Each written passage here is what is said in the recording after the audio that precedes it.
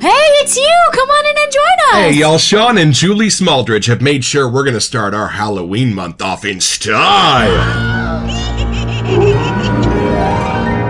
It's a Halloween morning with the Barbershop Duet. Hi, I'm Marcus Klinger with Klinger Vocal Studio. And I'm Sarah Vincent with Sarah Vincent Virtual Pilates. But on Wednesdays and Saturdays, we are the Barbershop Duet! Hey, yo, welcome to our Halloween month. We're so happy you're here today. If you happen to be here during one of the live premieres, why, join the live chat, meet the Whiff Pack, a cool group of folks from all over the world hanging out. They'd love to meet you too. And for our mention today, as you can see, we enjoy the holidays around here, and we've noticed over our past year that the Shave World does too, especially for Halloween and Christmas. There are a lot of limited releases and fun things that come out right now. Yeah, we have no idea why Valentine's Day and Easter are rather quiet around here, but Halloween and Christmas are like the 4th of July. So, for either Halloween, fall, or Christmas soaps, if you have any final requests, this is the cutoff. Our schedule is getting a little full. Yeah, last call. We need to know now so we can get them here in the mail. And what's our Halloweeny soap today? So, this is actually the third one from the box that Sean and Julie Smaldridge has sent to us from Elysian Soaps. And this one had a full kind of Halloweeny vibe. Once you see the label, you'll get it. So, we were waiting until today to be able to bust this out. And y'all, there's a connection to one of my favorite songs. I will prove myself right. Let's meet the soap.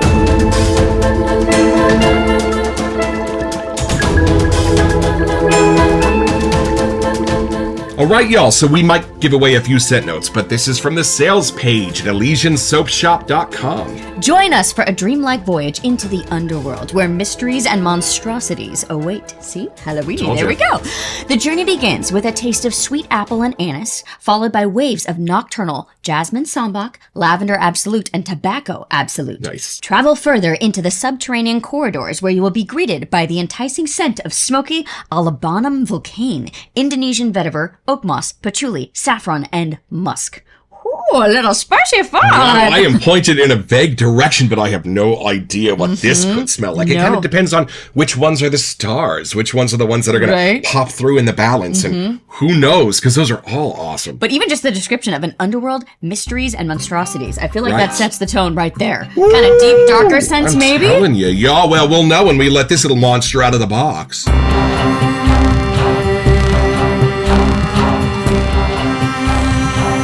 All right, last one in the box. This is how to come, y'all. So let's see. I think we had a note last time, which we will reread. Oh, the card. So from Shannon, a gift from your friend Sean Smaldridge. Thank you for your support and enjoy from Shannon. Thank you, and we sure have. And this is the third one. It has been waiting. Y'all, just look at that label. This is Halloween. Welcome to it, y'all. Look at the river Styx. I love it. My first semester in college was Greek and Roman thought. They had us read all the most ancient stuff they could get their hands on, and the river Styx was ubiquitous through all of it, so I'm kind of excited to put a scent memory with all of those stories, and we'll know when we have our first impression!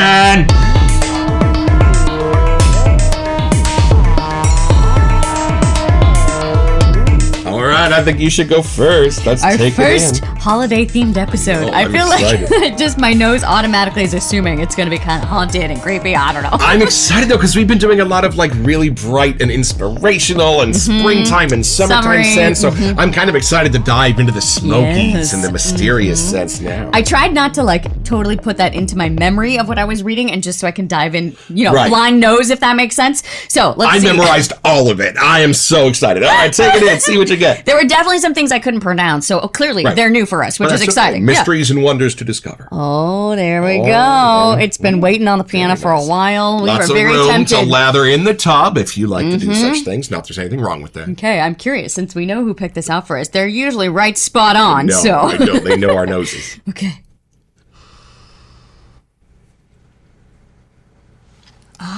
Yeah? It's funny. It's not as dark as my brain was just assuming it would be, but it's deeper, if that makes sense. Yeah. And there's definitely some spices that are happening, right? But they're not the normal spices. Like, it's not like a cinnamon or, something that we normally get. Gotcha. I am definitely outdoors.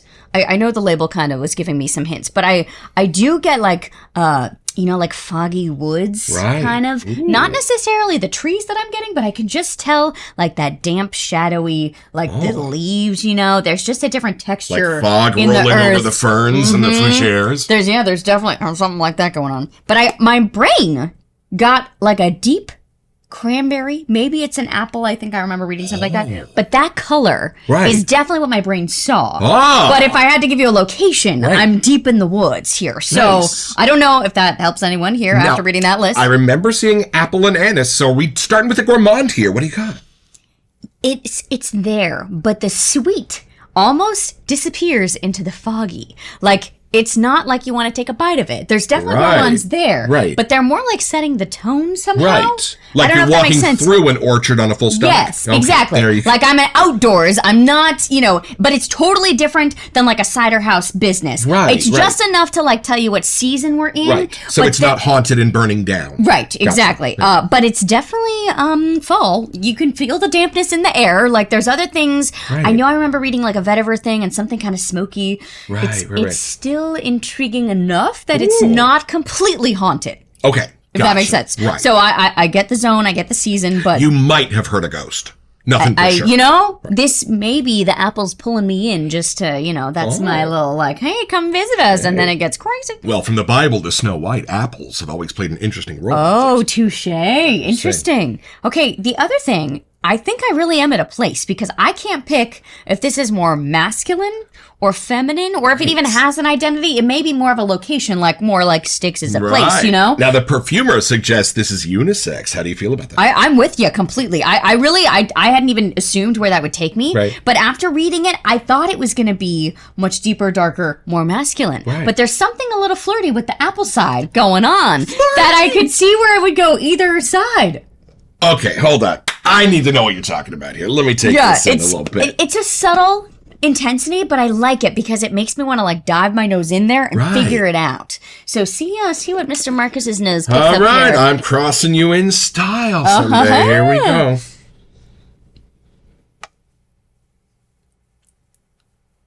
Whoa. Yeah, it needs a long whiff. That was appropriate.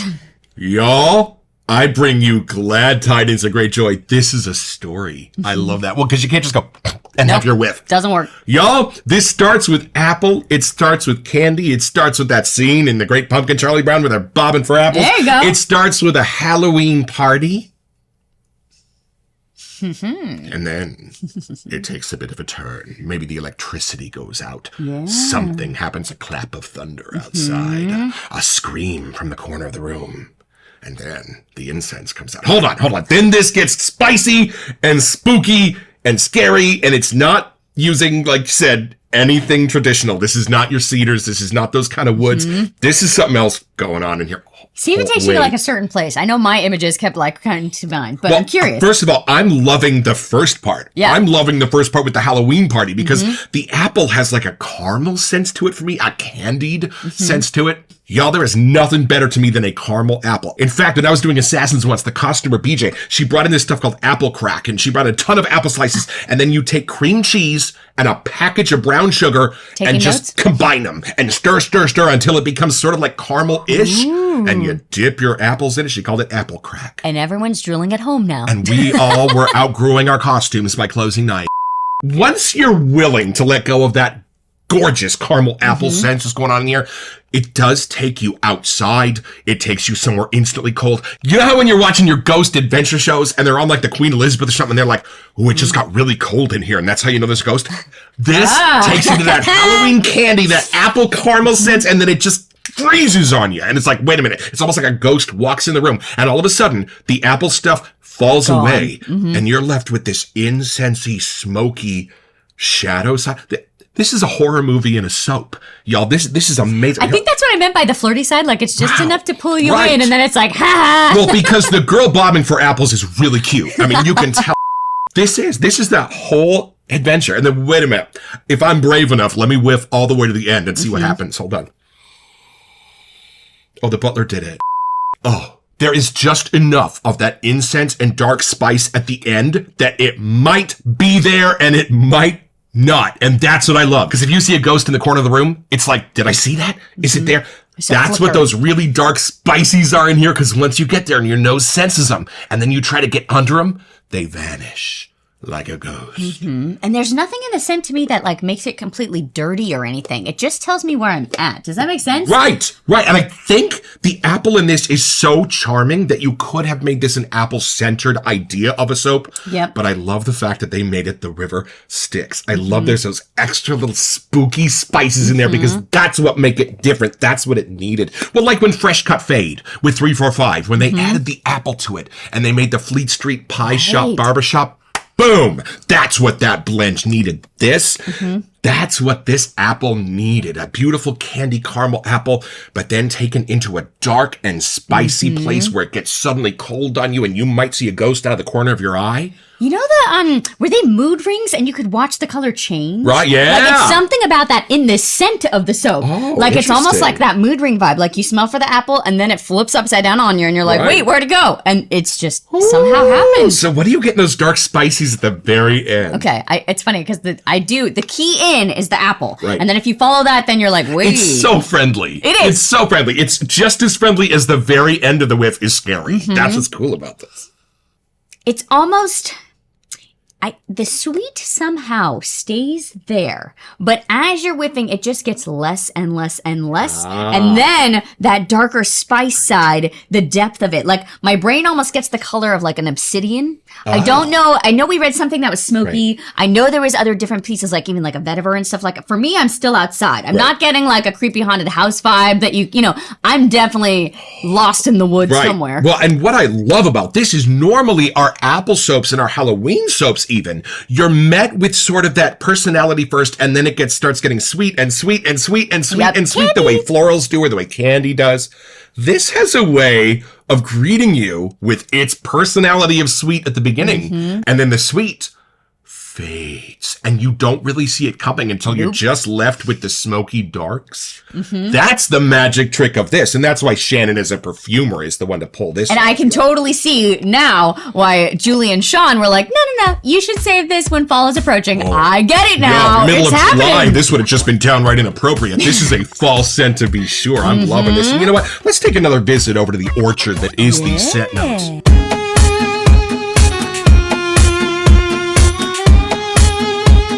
Back to the sales page at ElysianSoapShop.com. All right, the journey begins with a taste of sweet apple and anise. Interesting. And I love that they put those together. Those are not separated by commas. That's the apple pie sense in the middle of this. And anise is the thing that's kind of black licorice-y, which is oddly connected to that Halloween, the other side, like that creepy vibe, you know? Y'all, you know what's awesome? You know what's giving me the caramel sense in this? A floral that she's about to read. Oh, interesting. Okay.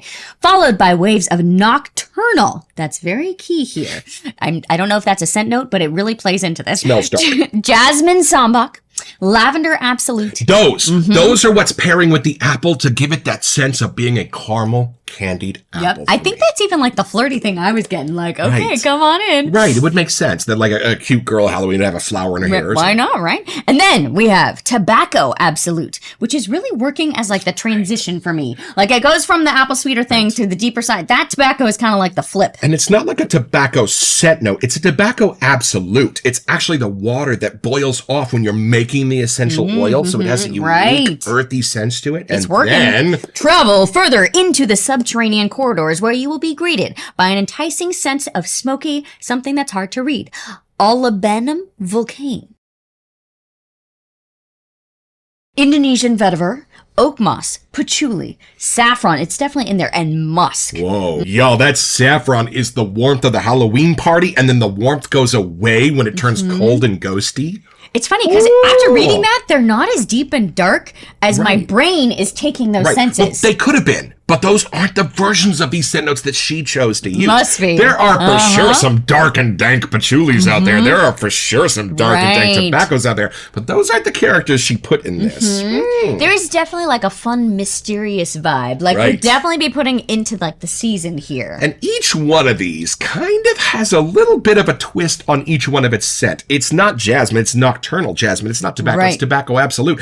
These are all wearing costumes. Y'all, these are all wearing a little bit of a mask masquerade sense to it. It's a little bit of a second personality going along with each one of the first. A Halloween party baked right in. This is fabulous. See, we got to get our costumes ready. The season is here. And somebody said, what does that just smell like? Like a biscuit doesn't taste like flour and water, right? It tastes like a biscuit. So I know these scent notes, but if somebody were to say to you, well, what does it just smell like? What does it just smell like? It's funny because my brain wants to say, oh, that's sweet. And then it wants to say, oh, that just turned to like a charcoaly thing. Like the words, I know you can read those scent notes, but for us to translate through the screen, it's not as easy as it seems. No. I think like if apple and anise had a baby with the jasmine sambac and the lavender absolute, I think that's kind of what you're talking about. It's like a super gourmandy, super inviting apple, and then it's mixing with an almost gourmandy floral. You ever paid way too much for your dinner and they put flowers on your plate? And you're like, am I supposed to eat those? And you kind of are, but you don't. It's that. It's kind of what you would want a flower to taste like if you could make candy out of a tiny little white flower. That's what it is. It's an apple joined with that. A flower so appealing, you're going to just want to eat it. It makes me excited for fall. Like the smell of this makes me, I want to go get my flannel jacket and my scarf and my beanie. I'm getting ready for it 100%. To be cooler outside. Like there's just something that this soap scent-wise really takes me on that path. This does awaken a sense of adventure, y'all. And that's apropos for the story I've got, but we're going to have to go down a step or two.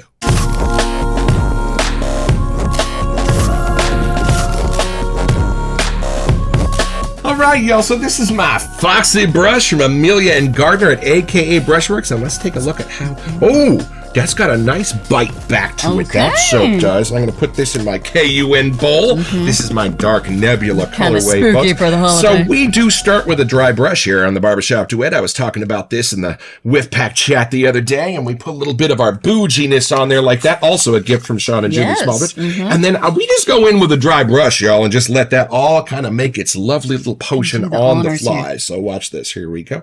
And the magic is already brewing. And the idea, I think, is that the dry brush is really attractive to the soap itself. A wet brush has already got kind of water coating the bristles, but a dry brush is going to kind of want to soak that soap up onto it. So there is just something magical about making it this way. We've discovered that we make slightly better lathers on camera than we do in the bathroom. We were trying to figure out how, and that is the one commonality, is it always is a dry brush for sure. And then room temperature in our bougie. So that's all we got. People always check in with our water to see how soft it is. We notoriously have some of the softest water in the country. Our taps are supplied by the San Pablo Dam Reservoir, which is super soft water. I've never even seen any buildup on my shower head in my whole life. We're very lucky, I gotta say. Although there's fluorine in it too. I'm not sure if that has any effect on us. And y'all, I don't know if there's something to that cashmere or not, but look at this gorgeous, gorgeous lather we've got going on in here. Wow. I'm already getting whiffs over here. I know. It just goes. It's funny. Every half a whiff, I was getting the sweet apple, and then I was like, oh, no, it's not. Sweet. Oh, no, it's not. Like, it's a little bit of that back and forth vibe. It is just as beautifully sweet as a caramel apple if you catch that part of the whiff. And if you catch a different part, it has a different sweetness quality to it. All right, y'all, so this is something you will only see on the Barbershop Duet. This is the Henry Mancini whiff. On 3, 1, 2. Y'all, I know this is the concentrate, and it's a little bit stronger, a little bit more compact, but this is being given the freedom to run and run and run. What are you getting from this one? The floral part that you were mentioning earlier is really coming out different here, like really sort all of three tiers. And evened out and melded with the other scent notes. So I do get the apple as my leading key part, then it goes still floral, the and then it gets a little deeper and spookier at the end. Fruity and then floral and then spicy. It's not your normal totem pole build. This is an awesome balance. I know we keep saying spooky, but it's not dark. No. I don't want to make it seem like spooky means dark, because it's not. But it's like being in a greenhouse on an autumn evening and you catch a little bit of a shadow out of the corner of your eye. What was that? It's that. It's just a hint, enough to be like, oh. Yeah, it's not like you're answering the phone and scream. So, y'all, when we watch Sinatra Lennon, we like to see how that lather coats his face, tells us a little bit about the base and how it works. So we don't do shaving here on the Barbershop Duet. But, y'all, it would be a crime to deprive you of that. Look at that. Look how that goes on. Hold on. Howie. Oh, y'all. cashmere knot. You kidding me? Ooh, that's a good thickness and quality. Really right? And you know what I love? I love that this is really sticky and really fluffy and yet has the perfect consistency where I can tell that my razor would get right under the little stubbles. I think sometimes it's too slick and my razor kind of glides over my smallest stubble. Not this. No, it's definitely got you protected, but the razor would for sure get everything it needed to get with the guidance of this lovely snickness here. So, y'all, one of the songs that is an absolute American classic, but it's one of those where we very rarely really listen to the lyrics, has a little bit of a tie into the river Styx. So the soap is referencing a river in Greek mythology where you are crossing it into the underworld. Like, it's how we cross over into the afterlife, right? So the song Moon River from Breakfast at Tiffany, we were about to sing it at my mom's memorial service with my cousin Torby. And I said, this is about crossing the river Styx. It's about crossing into the afterlife. And she said, no, it's not. Right? And I sang a little bit to her. Moon River, wider than a mile. I'm crossing you in style someday. Oh, dream maker, you heartbreaker. Wherever you're going, I'm going your way. Two drifters off to see the world. It's such a lovely world to see.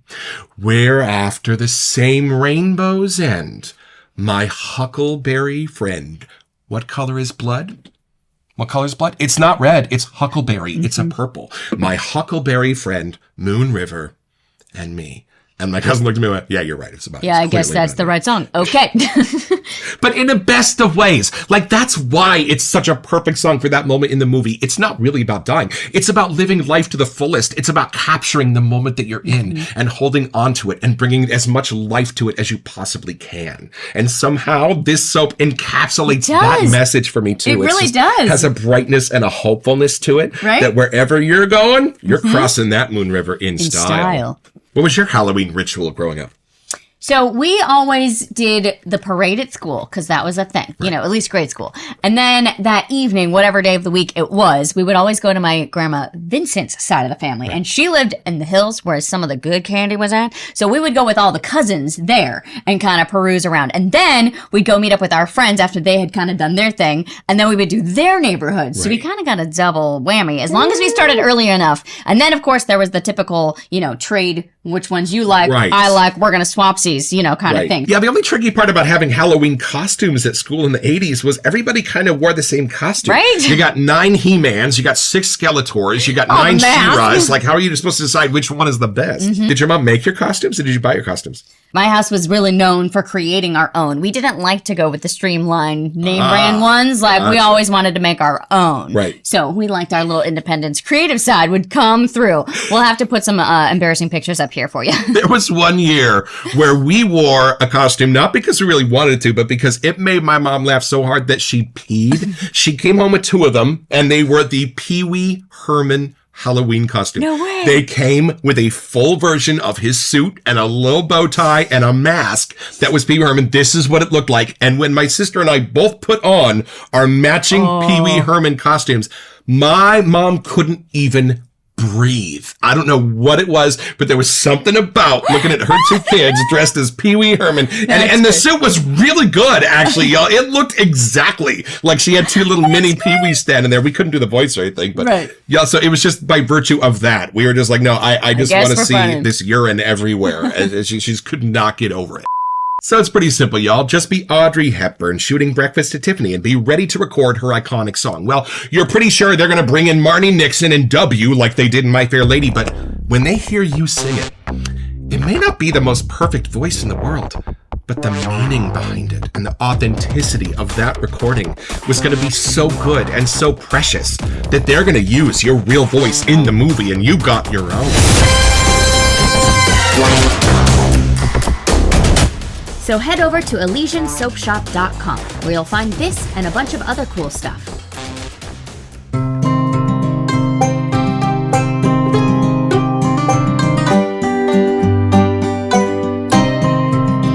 Well, I've had my shave with Styx. And you know how every great artist signs the corner of their canvas with their signature? Y'all, I think Shannon has an olfactory signature in her base that she starts with, and I love what it's doing to this, how it's supporting all of these scent notes, how it keeps the sweet and the spicy and the smoky all moving and dancing around each other so that your nose has to follow them and ends up in the middle. And y'all, the lather, this is a Sunday morning, take your time, special occasion base. It just lets your razor do whatever it wants so you can take your time and enjoy the olfactory experience. Thank you, Shannon and Elysian, for this.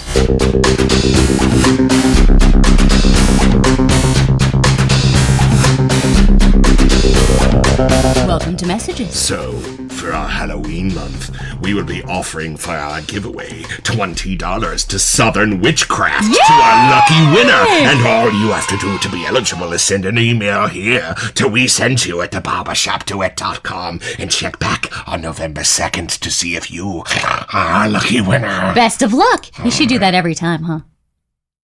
You know what's charming? I'm getting a sense of the Elysian base between the last three that we've done, and it's lovely. It has a bit of a character. It does. It adds to the soap, and I think it gives it a beautiful zing, sort of. It's fun. After we've done more by each artisan, you really do start to get to know, like, their base has its own scent that comes with it. Yeah. But then how other fragrances interact with it. You can really start to get the personality of the artisans coming through. Yeah, if the perfumer is good enough, they will use the color of the canvas in their artwork, and I think that's kind of what's happening here. Right? It doesn't take away from the scent. It almost adds a different layer to absolutely. it, which is very that's cool. the miracle of it. That's why it's so clever.